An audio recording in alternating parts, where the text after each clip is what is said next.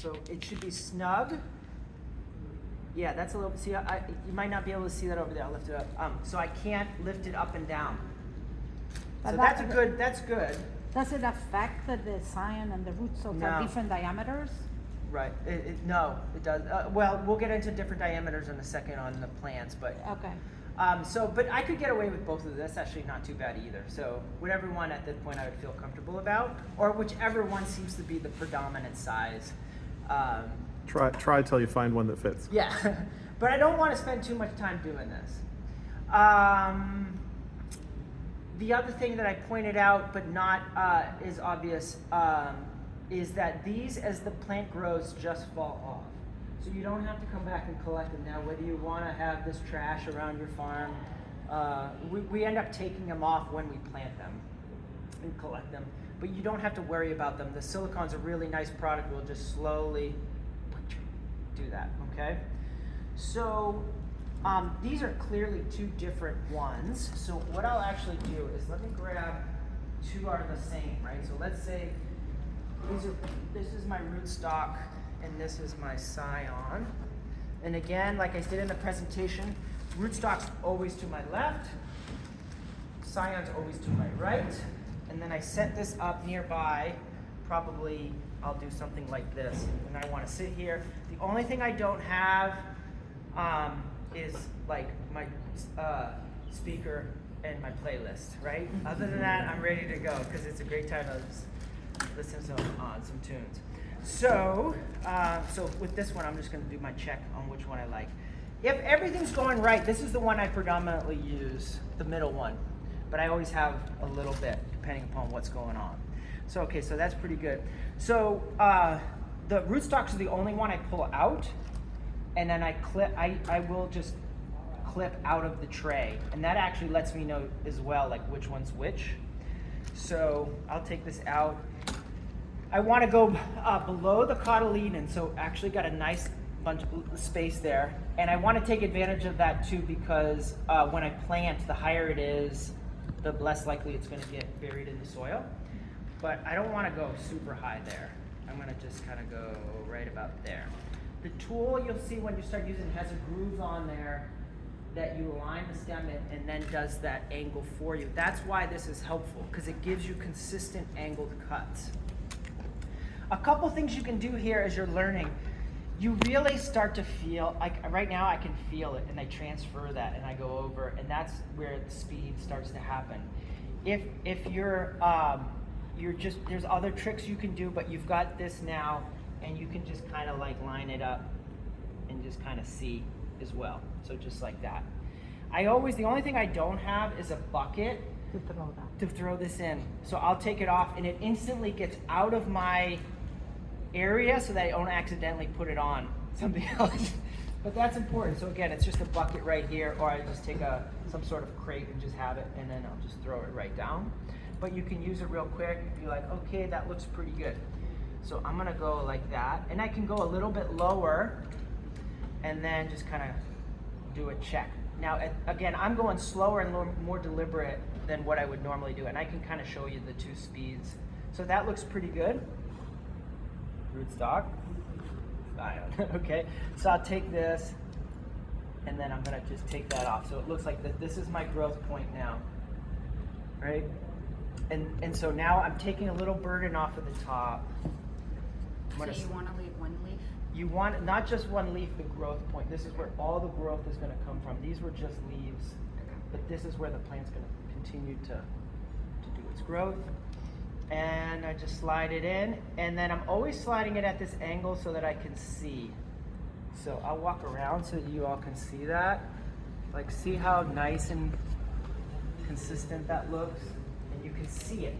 So I always have it oriented that way, one for muscle memory and speed, and the other so that I can see that I've got the connection really well, and you start to feel it. You're like, yep, there it is. Good glasses, so I don't think in my navigation. And you can see how even they are, and this feels really good. And I can feel now, like when I'm at this point, like I know this is gonna heal. Because it feels good, it looks good, and everything. And that's really nice. And I like that. Okay, so And these are just really nice to be able to manipulate them in that way.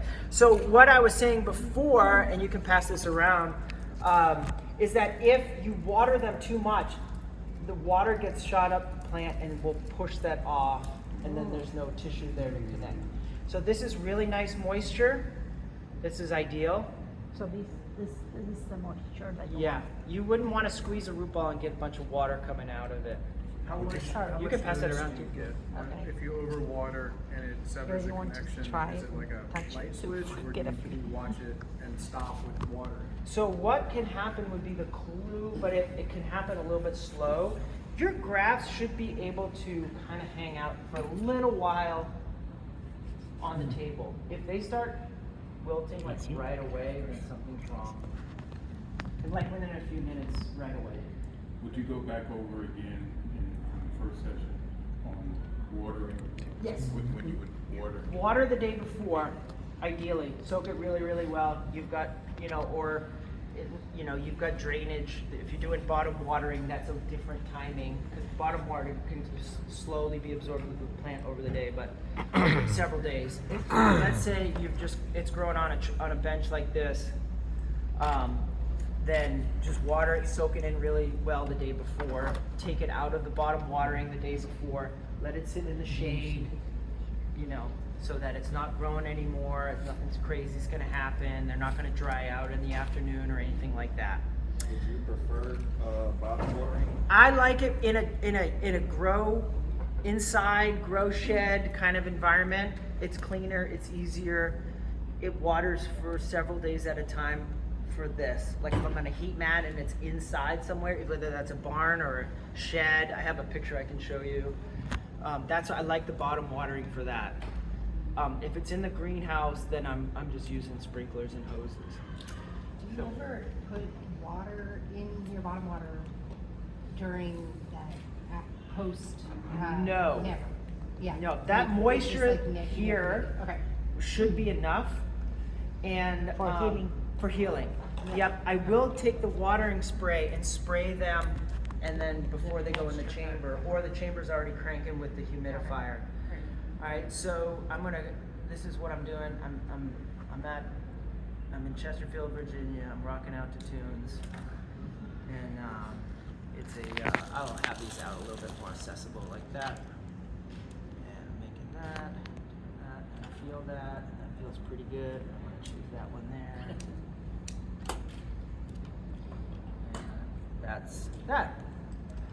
And then I go like this. The only thing that sometimes I do on the trays is that I don't put them around the edges. If you need to put the dome on, don't add any around the edges. Just come in a little bit, because then you can knock them off when you put the dome on and off.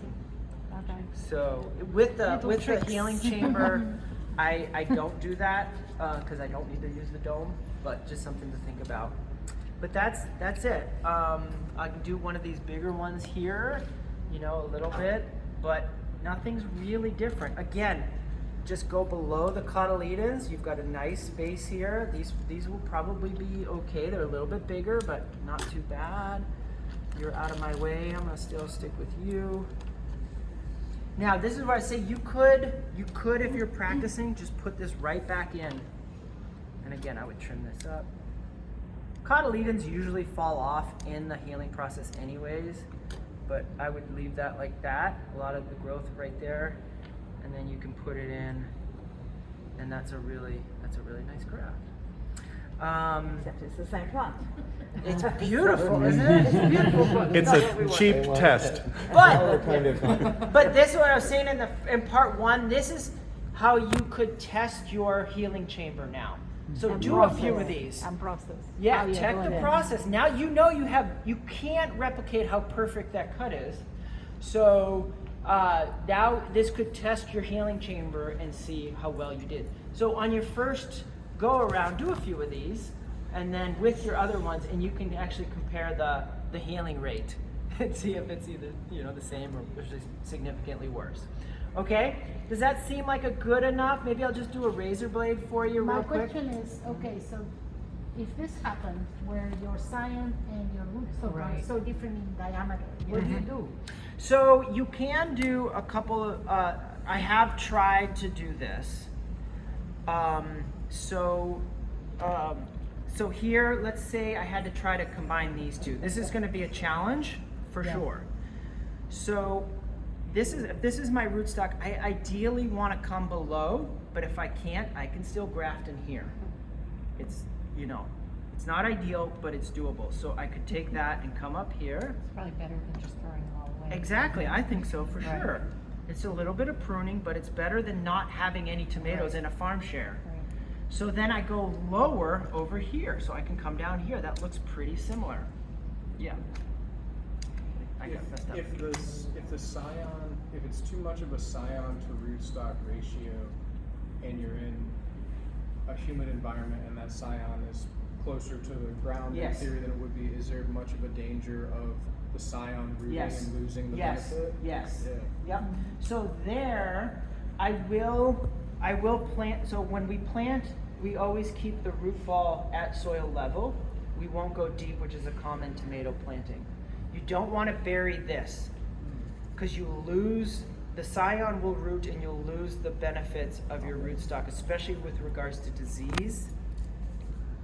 I think that's not 100% certain, but you certainly are increasing the cost, the risk of problems. So this, so yes, so I would plant it right here, and then I've got plenty. This is going to grow out of here. I would have to come back and Make its way prune. around. If I'm down here and I'm desperate and I had to make grafts down here, then when I plant it in the ground, I'm actually going to plant it a little proud. But you're going to have to be really attentive in your watering those first few days. So it's doable. Everything, there's a little tweak. You just gotta like know the big picture, know your goals, and know. I remember, I think about this all the time. I painted houses in my 20s, and I was like, and I asked the guy I was working for, like, what makes a good painter? And he's like, anybody can throw paint up on the wall. It's the people who know how to fix all the awful mistakes that everybody else made that makes a good painter. And I think that's like the way that I think about all this stuff. Like anybody can put the two together when they're perfect, but it's the thinking about all the little tricks and things that you need to think about and execute when things aren't going according to plan. And because we're doing so many things, it's more often than not things aren't going according to plan. But we can still get pretty consistent results. Okay, does that seem okay? Is there anything else I should do there? Can I just ask one question? I don't know if I got this wrong, but I was working under the assumption that for the scion, you wanted to cut it above the cotyledon. And You don't have to. Okay, and I'm wondering if Johnny's just says that so that you know the difference when you're looking at your tray. Maybe, but you don't have Okay, to. great, because that was always my problem, because you can see Yeah. how the above it's so skinny. That was part of it was so hard to get the right Yeah. match. So this is an interesting thing that you can go. You're going to internalize a lot of the stuff that I presented if you can do some tomato grafting fairly soon, like within the next few months, because a lot of that stuff that you'll feel is what it's like to try to do several hundred when the plants aren't quite right versus how to do it several hundred when the plants are exactly the way you want them to. And exactly the way you want them to means like if you've controlled everything really, really well and all the growing, the germination and the growing situation was really, really well, then everything should look pretty similar. Like that's nice. And so I'm spending less time looking and investigating for matches, and I'm just going boom, boom, boom. And not only that, I'm cutting in generally the same area.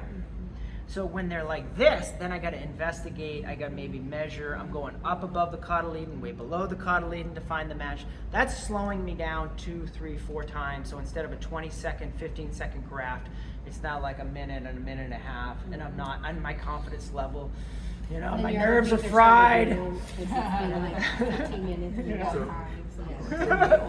So Dan, you were saying, I think in the first session, the trick to the trade is while they're in that incubating space, you can control maybe put a heating pad, control the temperature and one to sort of keep Yes. have one to catch up or one to slow down or whatever. Yeah. So that when you get ready to grab, they'll be approximately at the same. Approximately the same. Yeah, that's your goal, because that saves work down the road. And then in terms of like getting everything straight, but if they don't, then you have to start pulling some other levers to get them to match. So one of them is while they're growing, manipulating heat, turn the heat mat up higher on the slower one, lower on the other one, right? Try to catch them up. The fertility sometimes, like I said, will run out. They'll kind of catch up and level up.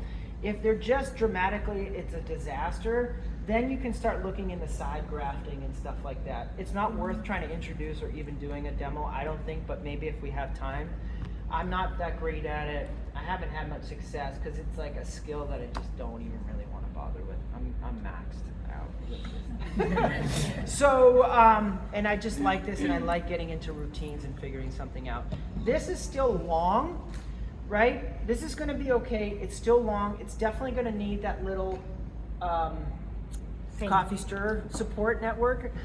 And so I would do it on a tall one, whereas I might not, I probably wouldn't add the coffee stir to something small and stout and kind of like, it's proportional, right? You can clearly tell this is a little disproportional.